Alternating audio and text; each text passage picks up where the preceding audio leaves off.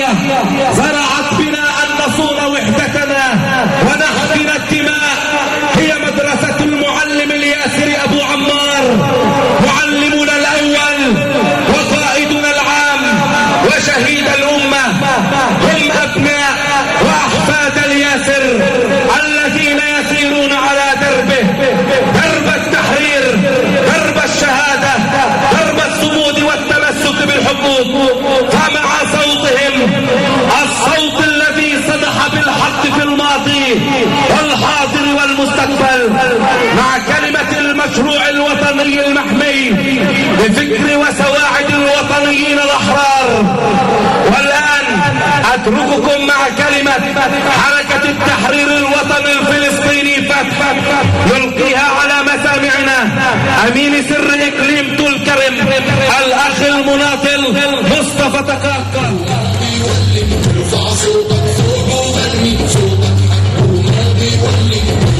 بسم الله الرحمن الرحيم. الحمد لله رب العالمين، والصلاة والسلام على خاتم الأنبياء والمرسلين سيدنا محمد عليه أفضل الصلاة والتسليم. الأخ أبو أوس مدير التربية والتعليم وصحبه الكرام، الأخ سفيان شديد رئيس بلدية علار والإخوة أعضاء البلدية، الأخ ماجد شرار رئيس جمعية علار الخيرية وأعضاء الجمعية الكرام، الأخ بدر الخندقجي رئيس نادي علار وأعضاء النادي المحترمين،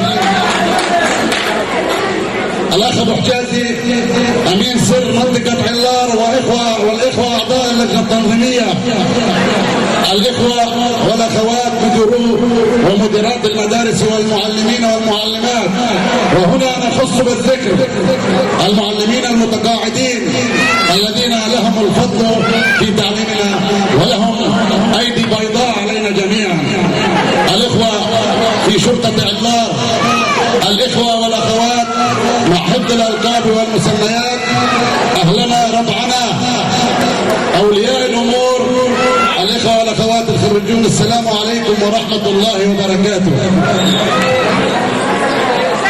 فلسطين مقدسة، وقدسية فلسطين لم تأتي من بشر بل جاءت من رب البشر بسبع سماوات، حينما قال ربنا في كتابه العزيز الكريم بعد الاستعاذة من الشيطان الرجيم: سبحان الذي أسرى بعبده ليلا من المسجد الحرام إلى المسجد الأقصى الذي باركنا حوله.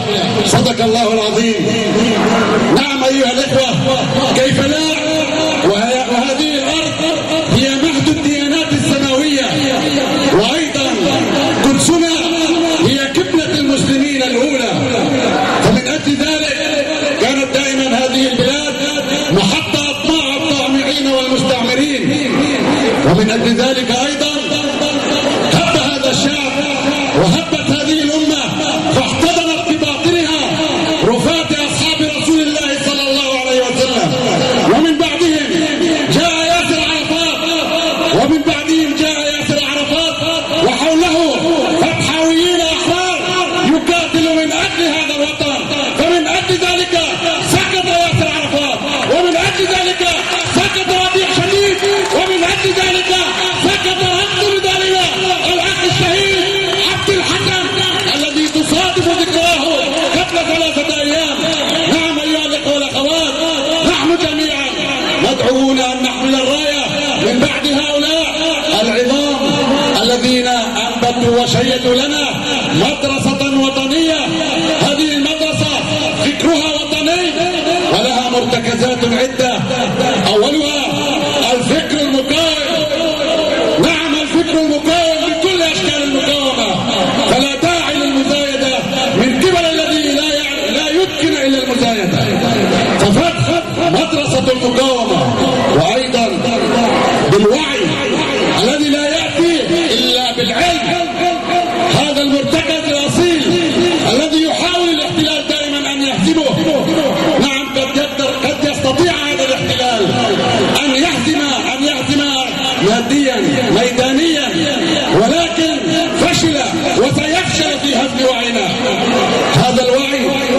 الذي أتى بجهود المخلصين وبحماية هذه الحركة. نعم أيها الإخوة والأخوات، كلكم جميعا تحتفظون بصورة ياسر عرفات وهو يكتب إلى الطلبة معا وسويا نحو القدس. هذه مدرسة الفتح، المدرسة الوطنية، أيضا من مرتكزاتها التمسك بالحقوق والثوابت. فاليوم أهلنا نحن نحتفل بأهم مرتكز، ألا وهو مرتكز العلم والتعلم والمعرفة. ولعل هؤلاء الإخوة وهؤلاء الأخوات هم فرسان في هذه المرحلة. نعم، حملوا العلم ونجد ذلك حتى بآبائنا ومعلمين الأفاضل دائما كانوا يسيروا على هذا الضرب حتى أصبح جزءا من عقيدتنا نمارسه ونحاول أن نرسخه في عقول وأدمغة أبنائنا. فاليوم أيها الأخوة والأخوات، بالأصالة عن نفسي وبالنيابة عن زملائي أعضاء الإقليم وأعضاء الحركة في المحافظة، أتيناكم لنقول لكم جميعا هنيئا لكم بفرحتكم، هنيئا لكم بهذا الإنجاز، هنيئا لكم بحصادكم. نعم، لقد عودتمونا في التربية والتعليم وفي مدارس علار خاصة كل عام أن نحتفل بهذا العرس، عرس كل العلار، كل أهالي علار. هذا العرس الذي تحتشد له جموع أهالي علار، الجميع يفرح به، ونحن أيضا فرحون بهذا العطاء وفرحون بهذا الإنجاز، وسنكون معكم في مؤسساتنا التعليمية لدعمكم وربطكم أينما استطعنا أن نساعدكم. نعم، نحن ندرك أن هناك الكثير لا تتوفر لديه الإمكانيات من أجل استكمال مسيرته التعليمية، ولكن نقول لكم نحن بإذن الله سنكون إلى جنبكم بكل هذه المؤسسات.